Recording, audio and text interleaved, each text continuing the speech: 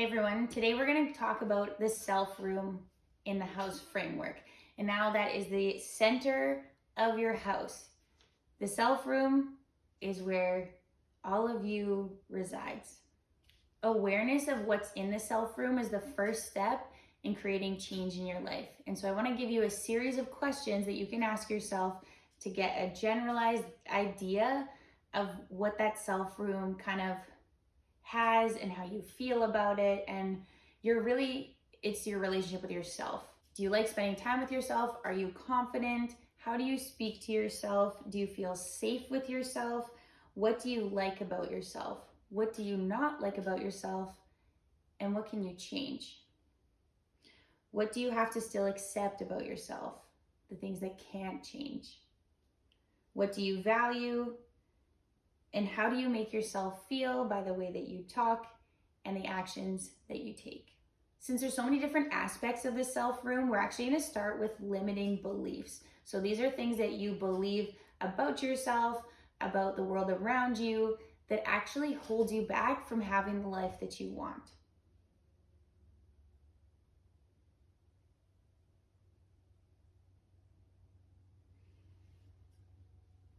Now you're probably thinking, how could I possibly write down every single belief I have and all the limiting ones? Well, you can't. And if you can, congratulations. But what I want you to do is write down the beliefs that you know are limiting you. So for some of you, that might be like, you'll never make money, or I'll never find the right partner, or I'll never get that job, or I'll never look at all of these things of beliefs that you're holding on to that won't actually help you get closer to those goals that you have. At this point, the most important thing to remember is question everything. These beliefs come from somewhere, and a lot of the time, it's not from you. So figuring out what these beliefs are, who told you to believe that, and whether that belief actually aligns with who you are. And with limiting beliefs, they don't align with who you are. So it's important to create new beliefs. Now we're going to get into that in a little bit. First off, when we question everything, we need to actually decide if this matters to us. I don't care that your dad told you that that was important if you don't actually care about it. So when you're questioning all these things, you need to know, is this from me? Is this important to me? Or have I just been told this? Now, when you're creating new beliefs, because what you're doing is you're building your new life around your new beliefs, or you want to create new beliefs for yourself so that you can live a life that you actually want. How do you create new beliefs? So when you've found your limiting belief, I want you to write it down. And if you're ready to create a new belief, we need to start by understanding that belief is a ladder. So I can't just say, maybe I am stuck on the thought that I'm bad with money and I just want to believe I'm responsible with money, but my brain can't believe that right now. So what's the first step I can take to believing that I'm responsible with money? Maybe it's, I know I'll say no to an impulse purchase this week.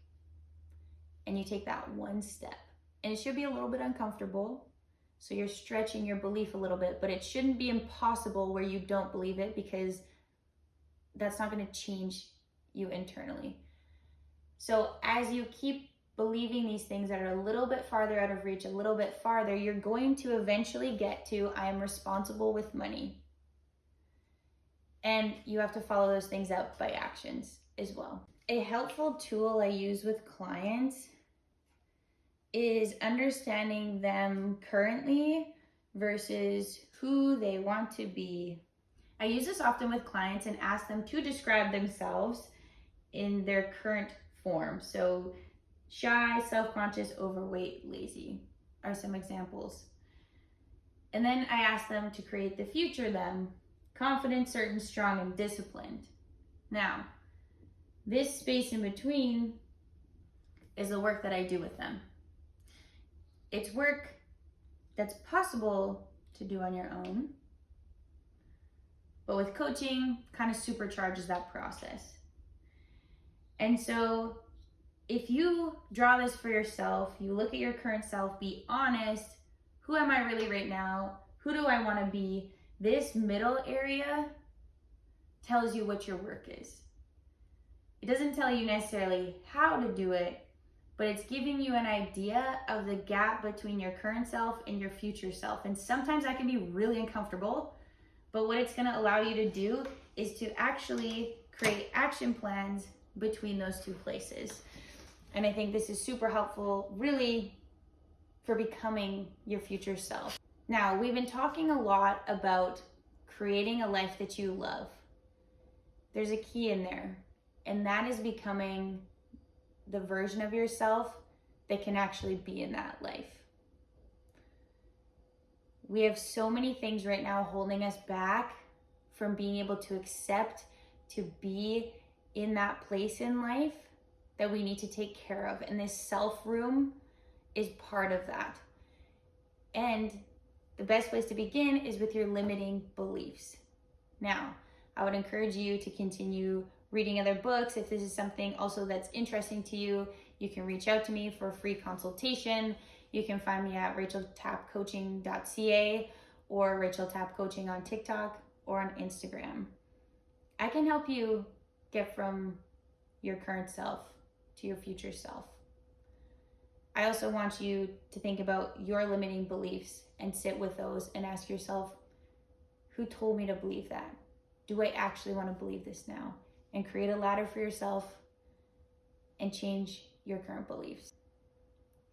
All right, next week, we will discuss a different area of the self room. Now, we're going to spend a lot of time here because it really dictates the rest of the house. So, your beliefs first, and we'll get to the rest later. See you next week.